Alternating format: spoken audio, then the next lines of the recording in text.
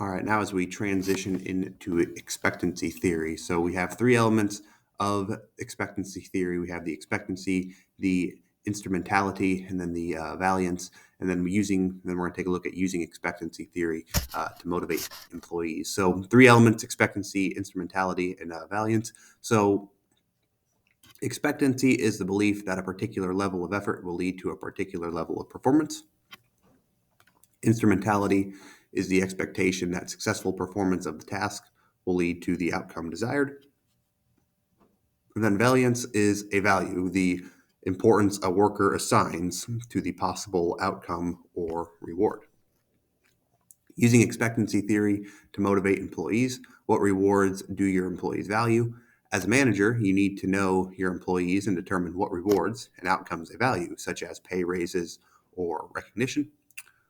What are the job objectives and performance levels you desire? So you need to clearly define the performance objectives and determine what performance level or behavior you want so that you can tell your employees what they need to do to attain the rewards. And then, are the rewards linked to performance? You want to reward high performance, of course. Thus, employees must be aware that X level of performance within the Y period of time will result in Z, the kinds of rewards. So in a team context, however, research shows that it's best to use a combination of individual and team-based rewards. So do employees believe you will deliver the right rewards for the right performance? Your credibility is on the line with this here. So your employees must believe that you have the power, the ability, and the will to give them rewards you promise for the performance you are requesting. And we take a look here at figure 12.8. 12.8 is on page 532 of your book. So this is a little bit of an expectancy theory. How much do you want and how likely are you to get it? So the effort, you exert an effort in order to achieve performance. So you take a look at your effort. So you exert an effort in order to achieve performance, a particular level of tasks and performance. So the expectancy, will I be able to perform the desired level on a task? So that performance, a particular level of task performance, so that you can realize certain outcomes, pay or recognition. The instrumentality is what outcome will I receive if I perform at this level? And then the variance, how much do I want the outcome? So you can kind of see there the expectancy theory continuum on page 532. And then we have goal setting theory. With goal setting theory, we'll talk about the four motivational mechanisms of goal setting theory. We'll talk about stretch goals, the two types of goal orientations, and then some practical results of goal setting theory. So the four motivational mechanisms of goal setting theory. So we have direct attention. So goal setting directs your attention towards goal relevant tasks and away from irrelevant ones. Then we have regulate effort. The effort you expend is generally proportional to the goal's difficulty and time deadlines. Then we have increased persistence. The goal setting makes obstacles become more challenging, goal setting makes obstacles become challenges to overcome, not reasons to fail. And then we foster the use of strategies and action plans. So the use of strategies and action plans to make it more likely that you will realize success. So those are the four motivational mechanisms of goal setting theory. Then we have stretch goals. So stretch goals are goals beyond what is actually expected to achieve. Then we have the two types of goal orientation. So the learning goal orientation sees goals as a way of developing competence through the acquisition of new skills. The performance goal orientation views goals as a way of demonstrating and validating competence we already have by seeking the approval of others. And then some practical results of goal setting theory. Goals should be specific. Certain conditions are necessary for goal setting to work, and goals should be linked to action plans. And finally, performance and feedback and participation in deciding how to achieve goals are necessary but not sufficient for goal setting to work. All right, then we take a look at section 12-4 4, we take a look at job design perspectives on motivation. So we take fitting people to jobs, fitting jobs to people, and then job characteristics models, the 5 job attributes for better work outcomes. So that's what we take a look at here in 12.4. So fitting people to jobs. So fitting people to jobs is based on the assumption that people will gradually adapt to any work situation. One technique is what we call scientific management, which is the process of reducing the number of tasks a worker performs. When a job is stripped down to its simplest elements, it enables a worker to focus on doing more of the same task, thus increasing employee efficiency and productivity. Fitting jobs to people. So then we have job enlargement, putting more variety into a job, and job enrichment, putting more responsibility and other motivating factors into a job. So the opposite of scientific management, job enlargement, consists of increasing the number of tasks in a job to increase variety and motivation. So 3 important points about job enlargement. Proponents claim job enlargement can improve employee satisfaction, motivation, and quality of production. Research suggests that job enlargement by itself won't have a significant and lasting positive effect on job performance. After all, working at 2 boring tasks instead of 1 doesn't add up to a challenging job. Job enlargement is just one tool of many that should be considered in job design. Within job enrichment, that consists of building into a job motivating factors such as responsibility, achievement, recognition, stimulating work, and advancement. So with job enrichment, employees are given more responsibility. The job characteristics model. So 5 job attributes for better work outcomes. So our 5 job characteristics are skill variety. So how many different skills does your job require? So skill variety describes the extent to which a job requires a person to use a wide range of different skills and abilities. We have task identity. How many different tasks are required to complete the work? Task identity describes the extent to which a job requires a worker to perform all the tasks needed to complete the job from beginning to end. Then we have task significance. How many other people are affected by your job? Task significance describes the extent to which a job affects the lives of other people, whether inside or outside the organization. Then we have autonomy. How much discretion does your job give you? So autonomy describes the extent to which all jobs allow an employee to make choices about scheduling different tasks and deciding how to perform them.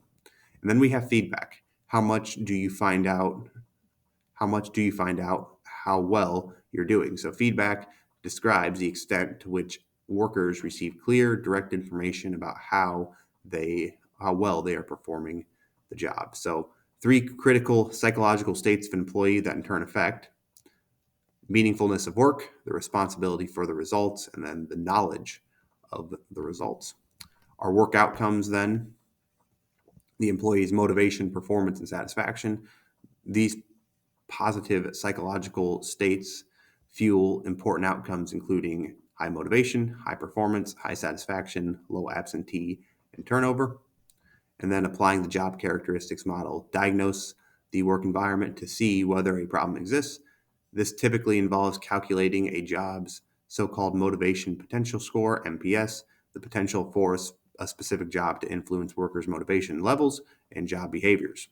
Determine whether job redesign is appropriate. If the MPS is low, an attempt should be made to determine which of the core job characteristics is causing the problem. You should next decide whether job redesign is appropriate. Job design is most likely to work with a participative environment in which employees have the necessary knowledge and skills. So consider how to redesign the jobs. Here you would try to increase the core job characteristics that are problematic.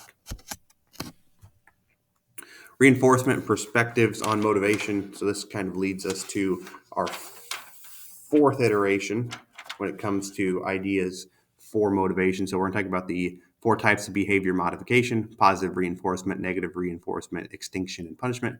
And then we're going to look at using behavior modification to motivate employees. So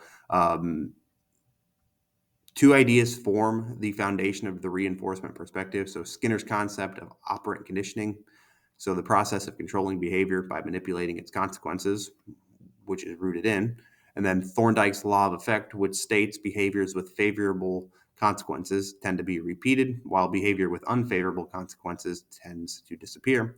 Reinforcement theory, which attempts to explain behavior change by suggesting that behavior with positive consequences tends to be repeated, whereas behavior with negative consequences tends to not be repeated. So the 4 types of behavior modification. So we have positive reinforcement, so it strengthens behavior. Negative reinforcement also strengthens behavior. Then we have extinction, which weakens behavior, and then punishment, which also weakens the behavior. So positive reinforcement, that's the introduction of positive consequences to strengthen the likelihood that a particular behavior will occur again in the near future.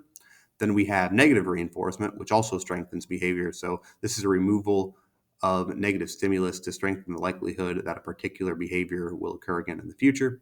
Then extinction, this weakens behavior, so this decreases the likelihood that a particular behavior will occur again in the future by ignoring it or making sure it is not reinforced. And then we have punishment, which also weakens behavior. So punishment decreases the likelihood that a behavior will occur again in the future by presenting something negative or withdrawing something positive. Here is figure 1210. You see the 4 types of behavior modification. So you can see this on page 543 in your book. So you can kind of see here's what the manager wants. So the manager wants improve employee performance. So what the employee does, improve employee performance, or employee performance is not improved. Those are kind of the next steps. Then the manager's type of behavior modification. So there's positive reinforcement. So rewards improvement, you get a raise. Negative reinforcement, which avoids reprimanding the employee. So I'm no longer, bothering you or nagging you. And then the resulting employee behavior increases chances will be repeated, and then also increases chance will be repeated. So you'll keep up the faster pace, or I'll keep up the faster pace. Just how do you get there? Then with the extinction, or if employee performance is not improved, you have extinction, so that withholds employee rewards. So no praise, no raises or promotion.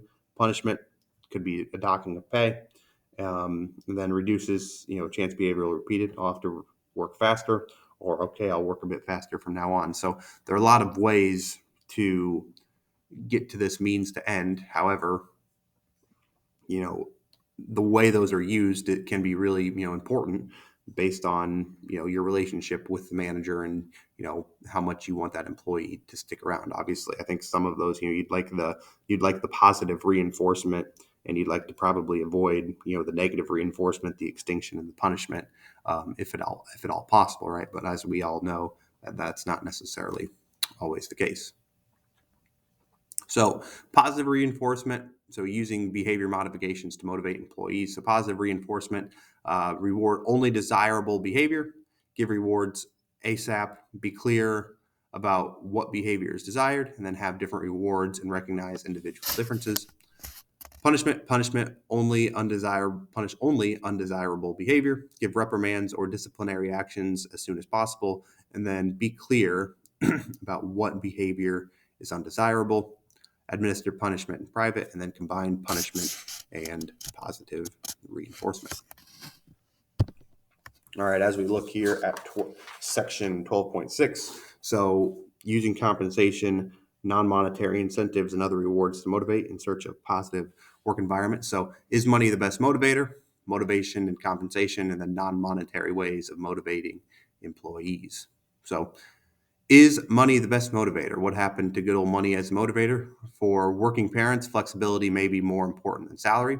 So a 2019 JobVite survey found that career growth opportunities were more important to job seekers than salary and benefits. Clearly, then motivating doesn't just involve money, which, it does make sense, right? Everybody, again, we talked about, at the beginning, extrinsic and intrinsic motivators, and the idea and the concept that maybe money is not necessarily everything, and this fits when you again think about all of the stuff that goes on in life. Sometimes it's great to just have the ability to have a little bit of flexibility within your job, or have a high opportunity for job advancement, career advancement. So while money is certainly a great motivator, this generation especially, I think, has a lot more in terms of what motivates them to complete tasks.